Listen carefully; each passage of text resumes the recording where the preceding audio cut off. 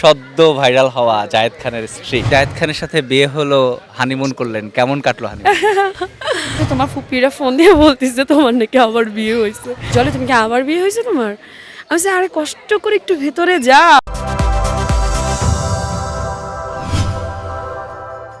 ইনি হচ্ছেন সদ্য ভাইরাল হওয়া জায়েদ খানের স্ত্রী। জায়েদ খান যার সাথে হানিমুন করতে কক্সবাজার গিয়েছিলেন, সেই স্ত্রী চরিত্রে যিনি আসলে অভিনয় করেছিলেন, সেই ফাল্গুনী রহমান জলি। আমরা জলি আপনাকে স্বাগতম জানাচ্ছি ভোরের কাগজে। আপনাকে অসংখ্য ধন্যবাদ। কেমন আছেন? আলহামদুলিল্লাহ, খুব ভালো আছি। এই যে জায়েদ খানের সাথে বিয়ে হলো, হানিমুন করলেন, কেমন কাটলো হানিমুন?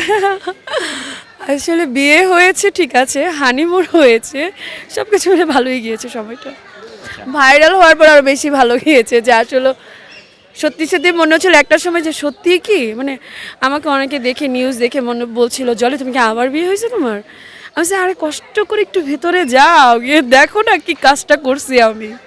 আচ্ছা, এই যে পরিচালক অরণ্য মামুন যখন আসলে নিউজটি দিলেন ঢাকায় এবং কক্সবাজার থেকে, আপনার কক্সবাজার শুটিং চলাকালেই ভাইরাল হয়ে গেলেন, তখন আত্মীয় স্বজনদের ফোন পেয়ে কেমন লেগেছে? আত্মীয় স্বজনের ফোন পেয়ে ফার্স্ট অফ অল হচ্ছে মা বলতেছে এটা কি ছিল? আমি বলছি কেন? বলছে তোমার ফুপিরা ফোন দিয়ে বলতেছে তোমার নাকি আবার বিয়ে হয়েছে। Excuse me. তাহলে বলছি একটু ফুপিদের বলো না একটু ভালো করে দেখতে, আর হইলে হয়েছে যাও। আর কি বলবো আমি। পাত্র যখন জায়েদ খান ছিল সেটা নিয়ে তাদের বক্তব্য কি ছিল? না, বক্তব্য তাদের হচ্ছে যে অবশ্যই আমার ফ্যামিলি যেহেতু জানে আমি মিডিয়ায় কাজ করি, সো ওদের বক্তব্য তো আর ওরকম কিছু না যে ওরা অন্যভাবে আর নিবে না। ওদের কাছে মনে হয়েছে যে না, জলি তো কাজ করেছে জায়েদ খানের সাথে, জায়েদ খান যেহেতু এখন একটা ভালো পজিশনে আছে, মাশাআল্লাহ। সহ অভিনেতা হিসেবে জায়েদ খান কেমন? জায়েদ খান সহ অভিনেতা হিসেবে খুবই ভালো, খুব হেল্পফুল, প্রচণ্ড হেল্প করে, আর সব কিছু মিলিয়ে ওভারঅল বিহেভিয়ার এভরিথিং, সে যেহেতু আমার সিনিয়র, সব কিছু মিলিয়ে ভালো। আর কি কি নিয়ে ব্যস্ত আছেন এখন?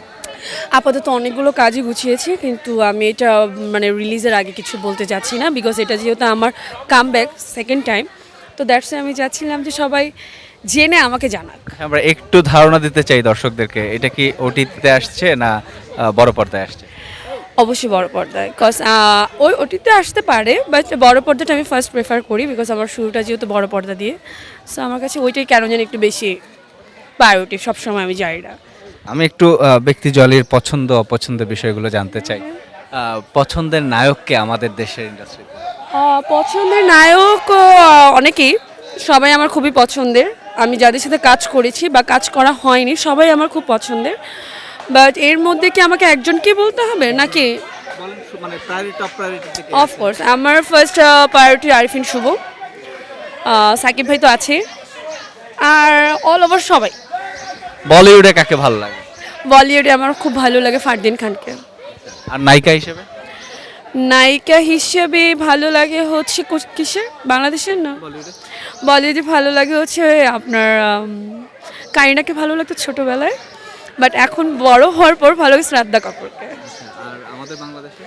বাংলাদেশে হিরোইন তো সবাই সুন্দর, আসলে ওইটাতে কি বেছে বেছে কয়জনকে বলবো আমি জানি না, এই যে দেখতেই পাচ্ছেন সুন্দরীদের মেলা চলছে। আপনি তো ছোটবেলা থেকে সিনেমা দেখে বড় হয়েছেন, তখন হয়তো আপনার দেখার পরে মনে হচ্ছে আমি একজন আর্টিস্ট হব, বড় হয়ে আমিও শিল্পী হব, তো কাকে দেখে আসলে অনুপ্রাণিত হয়েছেন? অবশ্যই, কজ আমাকে বলতো যে আমার ভয়েস লাইক, আমি যখন নিয়তি করি জাকির হোসেন রাজু স্যার আমাকে বলতো আমার কণ্ঠ বা আমার দুষ্টমি, আমি কিন্তু খুব দুষ্ট, আমার দুষ্টমি এগুলো নাকি শাবনূর আপুর সাথে অনেকটা যায়, তো আমি না ছোটোবেলা থেকে তাকে দেখে আমার মনে হতো কাশ আমি যদি হিরোইন হতে পারতাম। এই যে শুটিং সেটে দুষ্টমির কথা বলছেন, মজার একটা স্মৃতি আমরা আপনার কাছে জানতে চাই। অনেক অনেক, আমরা একদম A to Z, এই যে এখন আজকে যে শুটিং নেই তাও মজা করছে, আমাদের মজার আসলে বলে শেষ করতে পারবো না, ওরকম কিন্তু ইন্ডিভিজুয়াল কোনো টাইম আমার কাছে মনে নেই, আমার কাছে every time every moment fun.